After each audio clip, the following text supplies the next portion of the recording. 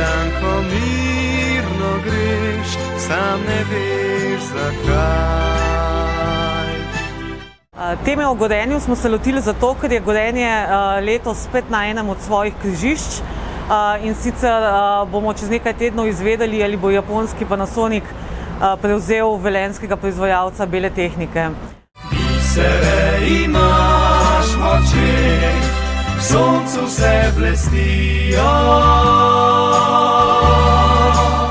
Smo pa pogledali celotno sliko, kaj Gorenje pomeni za Šaleško regijo, za Velenje, kako se je razvijal čez zgodovino in odkrili kar nekaj zanimivih podatkov, ki do zdaj širši publiki niso bile znane. Recimo, a ste vedeli, da je bil prvi partijski senator leta 80 oče zdajšnje ministrice? Katere? Boste videli v članku. Sicer je pa kolega Novica Mihajlović šel tudi v Velenje, vprašal ljudi, kaj si mislijo, jih je kaj strah. Japoncev se učijo japonsko, mislijo na harakiri. Gradim za te grad, kot princ iz bajke.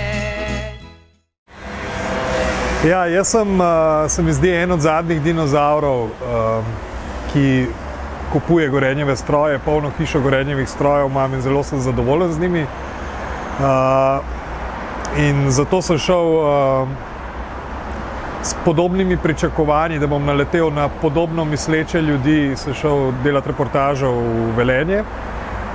In sem seveda naletel na cel kup ljudi, ki imajo Velenje radi in še toliko bolj Gorenje, ker ni Velenja brez Gorenja. Presenetilo me pa to, kako sem med vsemi temi sogovorniki našel veliko več ljudi, kot sem mislil, ki ne živijo v nekih preteklih časih, ki jih ne nosi nostalgija, ampak se zavedajo, da smo, kjer smo, da fabrika ne more ostati vedno enaka, podjetje ne more ostati vedno v lasti istih ljudi.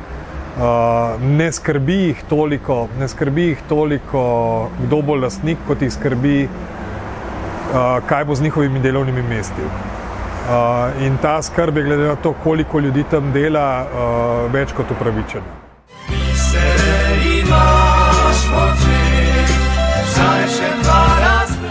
Težava Gorenja je, da je premajhno, da bi bilo podjetje globalni igralec na trgu gospodinjskih aparatov, hkrati preveliko, da bi bil nišni specializiran proizvajalec mogoče najvišjega segmenta.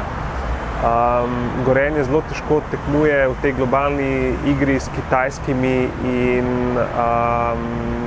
ameriškimi in švedskimi proizvajalci. V tem nišnem segmentu pa po moji oceni njegovi proizvodi niso tako tehnološko dovršeni, da bi prinašali premijo. Težava Gorenja je finančni dolg, ta se je v minulem desetletju povečal zaradi nakupov nekih manjših proizvajalcev. Po moji oceni bo Gorenje moralo iti bolj v smeri, da manj delajo sami in več kupujejo zunaj. To jim bi povečalo fleksibilnost in hkrati zmanjšalo število zaposlenih, ki jih imajo po moji oceni preveč. Gradim za te grad.